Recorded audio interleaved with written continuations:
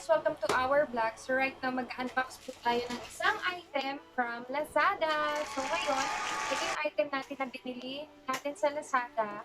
And magagamit ito for GPS detector. So syempre, kung may GPS yung vehicle mo, so nag-avail kami or add to cart kami ng isang item na makakapag-detect ng GPS inside the vehicle. So right now, we will unbox our package.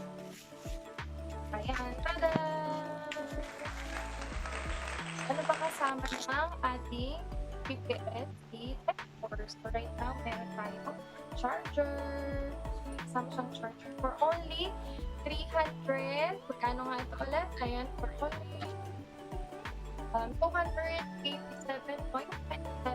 plus the shipping fee. So, nag-total po tayo ng 347.27. So, ayan, overseas pa to guys. Galing siya from China. So, aside from the charger, so ito pa yung kasama niya. Meron tayong headset. Ayan. Pwede mo ito gamitin to detect or para marinig mo kung nasaan GPS with the frequency device. So, this is the device. Ayan. For the GPS detector device. So, this is the antenna. Ito siya. Kita nyo. And then, this is the windows or the lens. Ayan.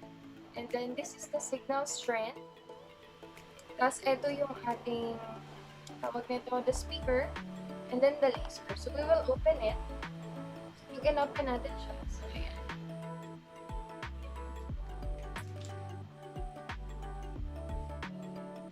Highlight siya. This is the laser. And then, ayan. I don't know kung maririnig nyo siya. So, nakakapag-detect siya ng device. So, mapapansin nyo, malakas yung signal niya kasi nakaka-detect siya ng device. Didetect niya ito yung camera natin. Ayan. So, this is the laser. The laser. And then, this is the blue light. Ayan. Kasama ko ang aking baby.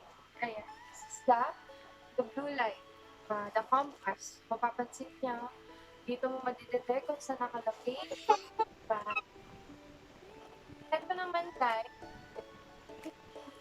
Ito naman yung sagad na siya.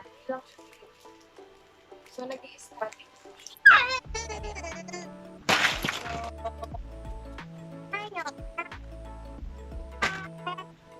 Pag nalobat guys, charge is good naman yung yung ating device. So, kasama niya yung charger, kasama niya yung earphone, and then we have the manual. So, if you want to order, I will give you the link. So, let's check the description and the comment section. So, thank you guys. See you on our next vlog. Bye!